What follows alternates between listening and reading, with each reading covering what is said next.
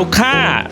มื้อนี้ขอบใจหลายๆที่ลูกค้าเสื้อมันสิ้นแห้งเนาะสิ้นงัวจากห้านเฮาอันนี้เป็นสินค้าของครัวเฮาเองก็คือครัวบ่าวเสิร์ชเนาะครัวบ่าวเสิร์ชนี่จะมีหลายเมนูแนะนำเนาะก็คือมีลักก็คือมีหมูปิ้นมีหมูก้อมีหมูสามสั้นมีไก่อบโอ่งไก่ลาดเนาะมีสิ้นแห้งอัวเครื่องอัวหวานเต็มเลยลูกค้าอันนี้คือ3สั้นอบโอ่งที่เขาจะฝากลูกค้าเนาะเขาก็แพ็คชิลแบบนี้ไปพิเศษเด้อเขาแถมแจ่วให้เด้อลูกค้าเด้อและสำหรับหมูก้อเนาะหมูชาชูหมูก้อนี่ของเขาจะบ่ได้ทอดลูกค้าเขาเห็ดอบโอ่งเขาอบแห้งเอาเนาะอบแห้งเอาลูกค้านี่ไปแกะออกชิลเลยว่าเว็บใส่ไมโครเวฟน้อยหนึ่งก็ได้กินหรือเอาไปอุ่นน้อยหนึ่งก็ได้กินแล้วเนาะแซ่บลูกค้าสำหรับมื้อนี้จัดส่งตามลูกค้าเสนอมาก็คือเป็นสินแห้งงัวที่เพิ่นสั่งให้เฮาเฮ็ดเนาะเพิ่นเอาปี1เทื่อ1สำหรับลูกค้าคนนี้เป็น VIP เฮาเลยเนาะจบไปมื้อนี้แม่น15โลพร้อมทั้งหมูก้อ10ก้อเนาะหมู3สั้น10อย่าง10แพ็คว่าซั่นซะเนาะที่เฮาจะฝากไปไกลแล้วเวลาเฮาฝากเขาจะใส่กล่องแบบนี้ให้ลูกค้าเด้อเป็นกล่องห่านปิ่นหมูน้อยเซโปนเฮาเลยแหละแต่ด้านในเขาจะใส่โลโก้ครัวบ่าวเสิร์ชเนาะสิ้นแห้ง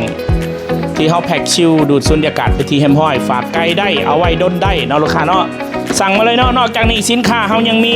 อัวเครื่องอัวหวานและหม่ำสวรรค์เนาะที่แซ่บและเป็นเอกลักษณ์เป็นของฝากของสวรรค์เขาเองถ้าหากลูกค้า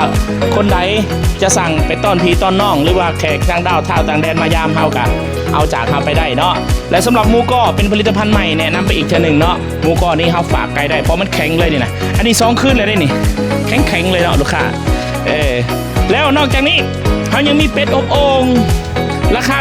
110,000มีปิ่นไก่ง่วงลูกค้าเนาะซึ่งเขาใส่กล่องแบบนี้ไปให้ทุกลูกค้าทั้งเบิดแล้วเนาะมีแบรนด์มีโลโก้เป็นของตัวเองแล้วฉะนั้นมีแต่ลูกค้าจะสั่งเมนูใดเฮาบ่มีหน้าห้านเฮาบ่มีพร้อมส่งเฮาเฮ็ดตามออเดอร์เนาะถ้าเป็นของฝากจะแนะนำก็คือมีหม่ำสวรรค์อัวเครื่องอัวหวานเด้อลูกค้าเด้อแซ่บเนาะเป็นสูตรของเขาเองเด้อเขาบ่ได้เอาของไผมาขายได้ของเขามีแม่ครัวประจำที่สั่งเห็ดเฉพาะเนาะเป็นสูตรของเขาคิดว่าการปรุงบ่คือไผเนาะแล้วถ้าหากว่าลูกค้าอยากได้จำนวนหลายบ่ว่าจะเป็นวันกุดจีนบ่ว่าจะเป็นวันปีใหม่วันสำคัญต่างๆเอาจากเฮาได้เนาะไปใส่ในกระตาของขวัญเป็นข้าวเช้าเป็นอื่นๆเขาจะมีกล่องงามๆเนาะผูกโบให้พร้อมตามลูกค้าสั่งขอบใจเด้อลูกค้าเด้อที่ชมคลิปของเฮาในมื้อนี้เฮ็ดยาวไปหน่อยนึงเพราะว่ามันได้ขายดีมันปังเนาะมื้อนี้เนาะขอบใจ